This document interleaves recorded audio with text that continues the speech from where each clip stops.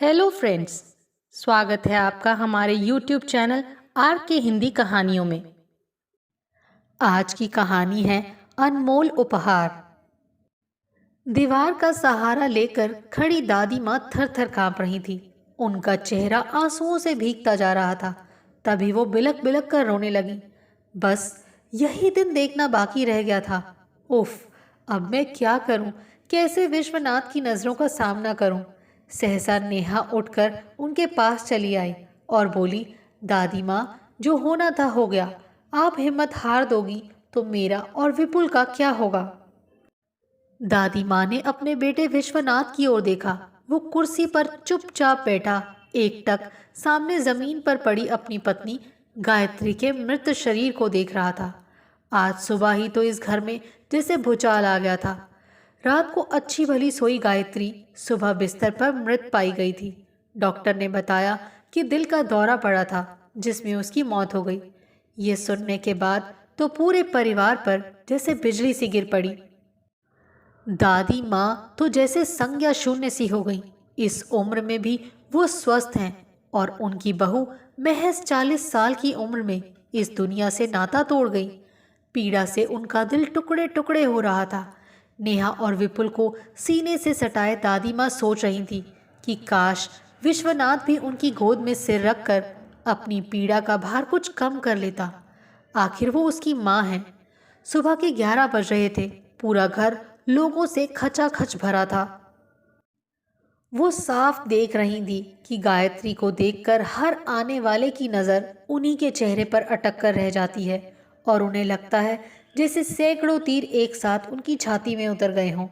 बेचारी अम्मा जीवन भर तो दुख ही भोगती आई हैं। अब बेटी जैसी बहू भी सामने से उठ गई। पड़ोस की विमला चाची ने कहा। विपुल की मामी दबे स्वर में बोली, न जाने अम्मा कितनी उम्र लेकर आई हैं। इस उम्र में ऐसा स्वास्थ्य एक हमारी दीदी थी। ऐसे अचानक चली जाएंगी, कभी सपने में भी हमने नहीं सोचा था। इतने दुख झेलकर भी अब तक अम्मा जीवित कैसे हैं, यही आश्चर्य है।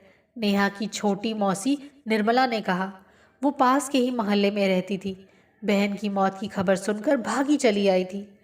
दादी माँ आंखें बंद किए सब खामोशी से सुनती रहीं, पर पास बैठी नेहा ये सब सुनकर खिन्न हो उठी और अपनी मौसी को टोकते हुए बोली, आप लोग ये क्या कह रही हैं? क्या हक है आप लोगों को दादी माँ को बेचारी और अभागी कहने का?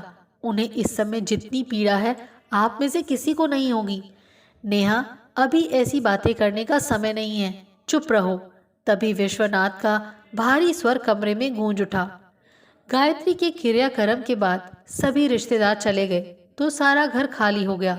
गायत्री थी तो पता ही नहीं चलता था कैसे घर के सारे काम सही समय पर हो जाते हैं। उसके असमय चले जाने के बाद एक खालीपन का एहसास हर कोई मन में महसूस कर रहा था। एक दिन सुबह नेहा चाय लेकर दादी माँ के कमरे में आई तो देखा वो सो रही हैं। दादी माँ, उठिए, आज आप इतनी देर तक सोती रहीं? नेहा ने उनके सिर पर हाथ रखते हुए पूछा। बस उठ ही रही थी बिटिया, और वो उठने का उपक्रम करने लगी। पर आपको तो तेज बुखार है, आप लेटे रहिए, मैं विपुल से दवा मंगवाती हूँ, कहती हुई नेहा कमरे से बाहर चली गई। दादी माँ यानी सरस्वती देवी की आंखें रह रह कर भर उठती थी। बहू की मौत का सदमा उन्हें भीतर तक तोड़ गया था। गायत्री की वजह से ही तो उन्हें अपना बेटा, अपना परिवार वापस मिला था। जीवन भर अपनों से उपेक्षा की पीड़ा झेलने वाली सरस्वती देवी को आदर और प्रेम का स्नेहिल स्पर्श देने वाली उनकी बहू गायत्री ही तो थी। बिस्तर पर लेटी दादी माँ अतीत की धुंध भरी गलियों में अनायास भागती चली गईं। अम्मा, मनहूस किसे कहते हैं? 4 साल के विश्वनाथ ने पूछा तो सरस्वती चौंक पड़ी थी। बुआ कहती हैं तुम मनहूस हो, मैं तुम्हारे पास रहूंगा तो मैं भी मर जाऊंगा। बेटे के मुंह से ये सब सुनकर सरस्वती जैसे संज्ञा शून्य सी हो गई और बेटे को सीने से लगाकर बोली, बुआ झूठ बोलती हैं विशु, तुम ही तो मेरे सब कुछ हो। तभी सरस्वती की ननद कमला तेजी से कमरे में आई और उसकी गोद से विश्वनाथ को छीन कर बोली, मैंने कोई झूठ नहीं बोला। तुम वास्तव में मनहूस हो। शादी के साल भर बाद ही मेरे जवान भाई चल बसा। अब ये इस खानदान का अकेला वारिस है। मैं इस पर तुम्हारी मनहूस छाया नहीं पड़ने दूंगी। पर दीदी, मैं जो नीरस और बेरंग जीवन जी रही हूँ, उसकी पीड़ा खुद मैं ही समझ सकती हूँ। सरस्वती फूट फूट कर रो पड़ी थी। क्यों उस मनहूस से बहस कर रही है बेटी? आंगन से विशु की दादी बोली, विशु को लेकर बाहर आ जा, उसका दूध ठंडा हो रहा है। बुआ गोद में विशु को उठाए कमरे से बाहर चली गई। सरस्वती का मन पीड़ा से फटा जा रहा था कि जिस वेदना से मैं दो चार हुई हूँ, उसे ये लोग क्या समझेंगे। पिता की मौत के 5 महीने बाद विश्वनाथ पैदा हुआ था। बेटे को सीने से लगाते ही वो अपने पिछले सारे दुख क्षण भर के लिए भूल गई थी। सरस्वती की सास उस वक्त भी ताना देने से नहीं चूकी थी कि चलो अच्छा हुआ जो बेटा हुआ। मैं तो डर रही थी कि कहीं ये मनहूस बेटी को जन्म देकर खानदान का नामो निशान न मिटा डाले। सरस्वती के लिए वो क्षण जानलेवा था जब उसकी छाती से दूध नहीं उतरा। बच्चा गाय के दूध पर पलने लगा। उसे ये सोचकर अपना वजूद बेकार लगता कि मैं अपने बच्चे को अपना दूध नहीं पिला सकती। कभी कभी सरस्वती सोच के अथाह सागर में डूब जाती। हाँ, मैं सच में मनहूस हूँ। तभी तो जन्म देते ही माँ मर गई। थोड़ी बड़ी हुई तो बड़ा भाई एक दुर्घटना में मारा गया। शादी हुई तो साल भर बाद ही पति की मृत्यु हो गई। बेटा हुआ तो वो भी अपना नहीं रहा। ऐसे में वो विवल होकर रो पड़ती। समय गुजरता रहा।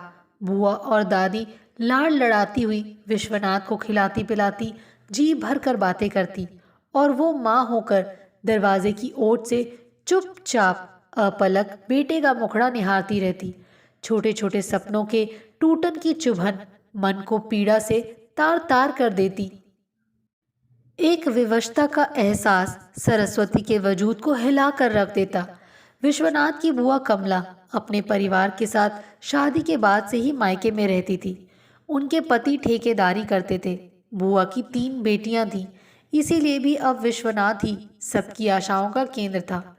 तेज दिमाग विश्वनाथ ने जिस दिन पब्लिक सर्विस कमीशन की परीक्षा पास की, उस दिन तो सारे घर में जैसे दिवाली का माहौल हो गया।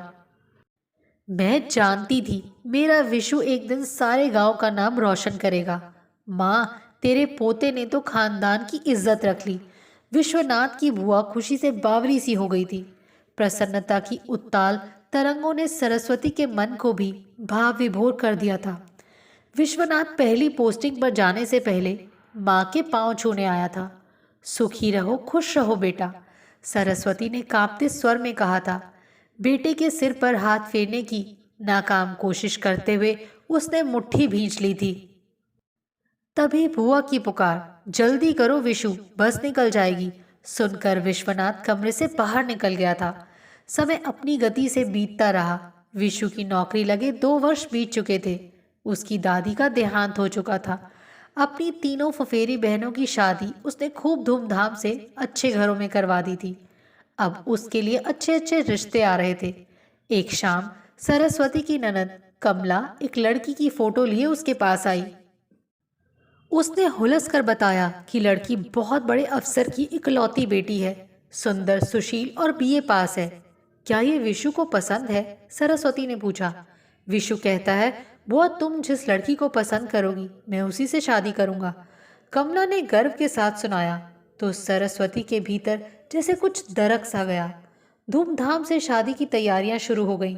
सरस्वती का भी जी चाहता कि वो बहू के लिए गहने कपड़े का चुनाव करे, ननद के साथ बाजार जाए, पड़ोस की औरतों के साथ बैठकर विवाह के मंगल गीत गाए। पर मन की साध अधूरी ही रह गई। धूमधाम से शादी हुई और गायत्री ने दुल्हन के रूप में इस घर में प्रवेश किया। गायत्री एक सुलझे विचारों वाली लड़की थी। 2-3 दिन में ही उसे महसूस हो गया कि उसकी विधवा सास अपने ही घर में उपेक्षित सा जीवन जी रही हैं। घर में भुआ का राज चलता है और उसकी सास एक मूक दर्शक की तरह सब कुछ देखती रहती हैं। उसे लगा कि उसका पति भी अपनी माँ के साथ सहज व्यवहार नहीं करता। माँ बेटे के बीच एक दूरी है जो नहीं होनी चाहिए। एक शाम वो चाय लेकर सास के कमरे में गई तो देखा वो बिस्तर पर बैठी न जाने किन ख्यालों में गुम थी। अम्मा जी, चाय पी लीजिए, गायत्री ने कहा तो सरस्वती चौंक पड़ी। आओ बहू, यहाँ बैठो मेरे पास। बहू को स्नेह से अपने पास बिठाकर सरस्वती ने पलंग के नीचे रखा संदूक खोला। लाल मखमल के डब्बे से एक जड़ाऊ हार निकालकर बहू के हाथ में देते हुए बोली, ये हार मेरे पिता ने मुझे दिया था, मुंह दिखाई के दिन नहीं दे पाई, आज रख लो बेटी। गायत्री ने सास के हाथ से हार लेकर गले में पहनना चाहा, तभी बुआ कमरे में चली आई। बहू के हाथ से हार लेकर उसे वापस डिब्बे में रखते हुए बोली, तुम्हारी मत मारी गई है क्या भाभी? जिस हार को साल भर भी तुम पहन नहीं पाई उसे बहू को दे रही हो, इसे क्या गहनों की कमी है? सरस्वती जड़वट बैठी रह गई, पर गायत्री से रहा नहीं गया। उसने टोकते हुए कहा, बुआ जी, अम्मा ने कितने प्यार से मुझे यह हार दिया है, मैं इसे जरूर पहनूंगी। सामने रखे डब्बे से हार निकालकर गायत्री ने पहन लिया और सास के पांव छूते हुए बोली, मैं कैसी लगती हूँ अम्मा? बहुत सुंदर बहू, जुग जुग जियो, सदा खुश रहो। सरस्वती का कंठ भावातिरेक से भर आया था। पहली बार वो ननद के सामने सिर उठा पाई थी। गायत्री ने मन ही मन ठान लिया था कि वो अपनी सास को पूरा आदर और प्रेम देगी, इसीलिए वो साये की तरह उनके साथ लगी रहती थी। धीरे धीरे एक महीना गुजर गया। विश्वनाथ की छुट्टियां खत्म हो रही थी। जिस दिन दोनों को रामनगर लौटना था, उस सुबह गायत्री ने पति से कहा, अम्मा भी हमारे साथ चलेंगी, क्या तुमने अम्मा से पूछा है? विश्वनाथ ने पूछा तो गायत्री दृढ़ता भरे स्वर में बोली, पूछना क्या है, क्या हमारा फर्ज नहीं कि हम अम्मा की सेवा करें? अभी तुम्हारे खेलने खालने के दिन हैं बहू, हमारी चिंता छोड़ो, हम यहीं ठीक हैं, बाद में कभी अम्मा को ले जाना, बुआ ने टोका था। बुआ जी, मैंने अपनी माँ को नहीं देखा, गायत्री बोली, अम्मा की सेवा करूंगी तो मन को अच्छा लगेगा। आखिर गायत्री के आगे बुआ की एक नहीं चली और सरस्वती बेटे बहू के साथ रामनगर आ गई थी। कुछ दिन तो बेहद ऊहापोह में बीते। जिस बेटे को बचपन से अपनी आंखों से दूर पाया था, उसे हर पल नजरों के सामने पाकर सरस्वती की ममता उद्वेलित हो उठती। पर माँ बेटे के बीच बात तो नाम मात्र होती। गायत्री माँ बेटे के बीच फैली लंबी दूरी को कम करने का भरपूर प्रयास कर रही थी। एक सुबह नाश्ते पर अपनी मनपसंद भरवा कचौड़ियाँ देखकर विश्वनाथ खुश हो गया। एक टुकड़ा खाकर बोला, सच तुम्हारे हाथों में तो जादू है गायत्री, ये जादू माँ के हाथों का है, उन्होंने बड़े प्यार से आपके लिए बनाई हैं, जानते हैं? मैं तो माँ के गुणों की कायल हो गई हूँ, जितना शांत स्वभाव उतने ही अच्छे विचार। मुझे तो ऐसा लगता है जैसे मेरी सगी माँ लौट आई हैं। धीरे धीरे विश्वनाथ का मौन भी टूटने लगा। अब वो यदा कदा माँ और पत्नी के साथ बातचीत में शामिल होने लगा था। सरस्वती को लगने लगा जैसे उसकी दुनिया वापस उसकी मुट्ठी में लौटने लगी है। समय भी पंख लगाकर उड़ने लगा। वैसे भी जब खुशियों के मधुर एहसास से मन भरा हुआ होता है, तो समय हथेली पर रखी कपूर की टिकिया की तरह तेजी से उड़ जाता है। जिस दिन गायत्री ने लजाते हुए एक नए मेहमान के आने की सूचना दी, उस दिन तो सरस्वती की खुशी की इंतहा नहीं थी। बेटी, तूने तो मेरे मन की मुराद पूरी कर दी। अभी कहाँ अम्मा, जिस दिन आपका बेटा आपको वापस लौटा दूंगी, उस दिन वास्तव में आपकी मुराद पूरी होगी। गायत्री ने स्नेह से सास का हाथ दबाते हुए कहा तो सरस्वती की आंखें छलक आईं। गायत्री ने कहा, मन के बुरे नहीं हैं, ना ही आपके प्रति गलत धारणा रखते हैं, पर बचपन से जो बातें कूट कूट कर उनके दिमाग में भर दी गई हैं, उनका असर धीरे धीरे ही खत्म होगा ना। बुआ का प्रभाव उनके मन पर बचपन से हावी रहा है। आज उन्हें इस बात का एहसास है कि उन्होंने आपका दिल दुखाया है। गायत्री के मुंह से ये सब बातें सुनकर सरस्वती का चेहरा एक अनोखी आभा से चमक उठा था। गायत्री की गोद भराई के दिन घर सारे नाते रिश्तेदारों से भरा हुआ था। गहनों और बनारसी साड़ी में सजी धजी गायत्री बहुत सुंदर लग रही थी। चलो बहू, अपना आंचल फैलाओ, मैं तुम्हारी गोद भर दूं। बुआ ने मिठाई और फलों से भरा थाल संभालते हुए कहा। रुकिए बुआ जी, बुरा नहीं मानिएगा, पर मेरी गोद सबसे पहले अम्मा भरेंगी। ये तुम क्या कह रही हो बहू, ये काम सुहागन औरतों को ही शोभा देता है। और तुम्हारी सास तो पड़ोस की विमला चाची ने टोका तो कमला बुआ जोर से बोली, रहने दो बहन, 4 अक्षर पढ़कर आज की बहुएं ज्यादा बुद्धिमान हो गई हैं। अब शास्त्र और पुराण की बातें कौन मानता है? जो शास्त्र व पुराण ये सिखाते हो कि एक स्त्री की अस्मिता कुछ भी नहीं और एक विधवा स्त्री मिट्टी के ढेले से ज्यादा अहमियत नहीं रखती, मैं ऐसे शास्त्रों और पुराणों को नहीं मानती। आइए अम्मा जी, मेरी गोद भरिए। गायत्री का आत्मविश्वास से भरा स्वर कमरे में गूंज उठा। सरस्वती जैसे नींद से जागी। मन में एक अनजाना भय फिर दस्तक देने लगा। नहीं बहू, बुआ ठीक कहती हैं, उसका कमजोर स्वर उभरा। आइए अम्मा, मेरी गोद पहले आप भरेंगी फिर कोई और। बहू की गोद भरते हुए सरस्वती की आंखें मानो पहाड़ से फूटते झरने का पर्याय बन गई थी। रोम रोम से बहू के लिए आसीस का एहसास फूट रहा था। निर्धारित समय पर विपुल का जन्म हुआ तो सरस्वती उसे गोद में समेट अतीत के सारे दुखों को भूल गई। विपुल में नन्हे विश्वनाथ की छवि देखकर वो प्रसन्नता से फूली नहीं समाती थी। अपने बेटे के लिए जो जो अरमान संजोए थे, वो सारे अरमान पोते के लालन पालन में फलने फूलने लगे। फिर 2 साल के बाद नेहा गायत्री की गोद में आ गई। सरस्वती की झोली खुशियों की असीम सौगात से भर उठी थी। गायत्री जैसी बहू पाकर वो तो निहाल हो उठी थी। विश्वनाथ और उसके बीच में तनी अदृश्य दीवार गायत्री के प्रयास से टूटने लगी थी। बेटे और माँ के बीच का संकोच मिटने लगा था। अब विश्वनाथ खुलकर माँ के बनाए खाने की प्रशंसा करता। कभी कभी तो मनोहार पूर्वक कोई पकवान बनाने की जिद भी कर बैठता। तो सरस्वती की आंखें गायत्री को स्नेह से निहार कर बरस पड़ती। कौन से पुण्य किए थे जो ऐसी सुघड़ बहू मिली। अगर इसने मेरा साथ नहीं दिया होता तो गांव के उसी अकेले कमरे में बेहद कष्टमय बुढ़ापा गुजारने पर मैं विवश हो जाती।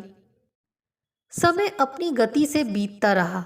3 वर्ष पहले कमला बुआ की मृत्यु हो गई। विपुल ने इसी साल मैट्रिक की परीक्षा दी थी और नेहा 8वीं कक्षा की होनहार छात्रा थी। दोनों बच्चों के प्राण तो बस अपनी दादी में ही बसते थे। गायत्री ने उनका दामन जमाने भर की खुशियों से भर दिया था और वही गायत्री इस तरह अचानक उन्हें छोड़ गई। उनकी सोच को एक झटका सा लगा। दादी माँ, दवा ले लीजिए। पोती नेहा की आवाज से वो वर्तमान में लौटी। उठने की कोशिश की पर बेहोशी की गर्त में समाती चली गई। नेहा की चीख सुनकर सब कमरे में भागे चले आए। विपुल दौड़कर डॉक्टर को बुला लाया। माँ के सिरहाने बैठे विश्वनाथ की आंखें रह रह कर भीग उठती थी। इन्हें बहुत गहरा सदमा पहुंचा है विश्वनाथ बाबू। इस उम्र में ऐसे सदमे से उबरना बहुत मुश्किल होता है। मैं कुछ दवाएं दे रहा हूं, देखिए क्या होता है। डॉक्टर ने कहा तो विपुल और नेहा जोर जोर से रोने लगे। दादी माँ, तुम हमें छोड़कर नहीं जा सकती। माँ तुम्हारे ही भरोसे हमें छोड़कर गई हैं। नेहा के रुदन से सबकी आंखें नम हो गई थी। 4 दिन तक दादी माँ नीम बेहोशी की हालत में पड़ी रहीं। 5वें दिन सुबह अचानक उन्हें होश आया। आंखें खोली और करवट बदलने का प्रयास किया तो हाथ किसी के सिर को छू गया। दादी माँ ने चौंक कर देखा। उनके पलंग की पार्टी से सिर टिकाए उनका बेटा गहरी नींद में सो रहा था। कुर्सी पर अधलेटे विश्वनाथ का सिर माँ के पैरों के पास था। तभी नेहा कमरे में आ गई। दादी माँ की आंखें खुली देखकर वो खुशी से चीख उठी। पापा, दादी माँ को होश आ गया। विश्वनाथ चौंक कर उठ बैठे। बेटे से नजरें मिलते ही दादी माँ का दिल फिर से धक धक करने लगा। मन की पीड़ा अधरों से फूट पड़ी। मैं सच में अभागी हूँ बेटा, मनहूस हूँ। तभी तो सोने जैसी बहू सामने से चली गई और मुझे देख मैं फिर भी जिंदा बच गई। मेरे जैसे मनहूस लोगों को तो मौत भी नहीं आती। नहीं माँ, ऐसा मत कहो। तुम ऐसा कहोगी तो गायत्री की आत्मा को तकलीफ होगी। कोई इंसान मनहूस नहीं होता। मनहूस तो होती हैं वो रूढ़ियाँ, सड़ी गली परंपराएं और शास्त्र पुराणों की थोथी अवधारणाएं जो स्त्री और पुरुष में भेद पैदा कर समाज में विष का पौधा बोती हैं। अब मुझे ही देख लो। गायत्री की मृत्यु के बाद किसी ने मुझे अभागा ये बेचारा नहीं कहा। अगर गायत्री की जगह मेरी मृत्यु हुई होती तो समाज उसे अभागी और बेचारी कहकर अपने कर्तव्यों की इतिश्री समझ लेता। दादी माँ आंखें फाड़े अपने बेटे का ये नया रूप देख रही थी। गायत्री जैसी पारस के स्पर्श से उनके बेटे की सोच भी कुंदन हो उठी थी। विश्वनाथ अपनी रौ में कहे जा रहा था, मुझे माफ कर दो माँ, बचपन से ही मैं तुम्हारा प्यार पाने में असमर्थ रहा। अब तुम्हें हमारे लिए जीना होगा, मेरे लिए, विपुल के लिए और नेहा के लिए। बेटा, आज मैं बहुत खुश हूँ। अब अगर मौत भी आ जाए तो कोई गम नहीं। नहीं माँ, अभी तुम्हें बहुत से काम करने हैं। विपुल और नेहा को बड़ा करना है, उनकी शादियाँ करनी हैं और मुझे वो सारा प्यार देना है जिससे मैं वंचित रहा हूँ। विश्वनाथ बच्चे की तरह माँ की गोद में सिर रखकर बोला। सरस्वती देवी के कानों में बहू के कहे शब्द गूंज उठे थे। माँ, जिस दिन आपका बेटा आपको वापस लौटा दूंगी, उस दिन आपके मन की मुराद पूरी होगी। आपके प्रति उनका पछतावे से भरा एहसास जल्दी ही असीम स्नेह और आदर में बदल जाएगा, देखिएगा। सरस्वती देवी ने स्नेह से बेटे को अपने अंक में समेट लिया। बहू द्वारा दिए गए इस अनमोल उपहार ने उनकी शेष जिंदगी को प्राणवान कर दिया था। आपको हमारी ये कहानी कैसी लगी, प्लीज़ कमेंट करके ज़रूर बताइए। अगर आप इस चैनल पर नए हैं तो इसे सब्सक्राइब करें और शेयर करें।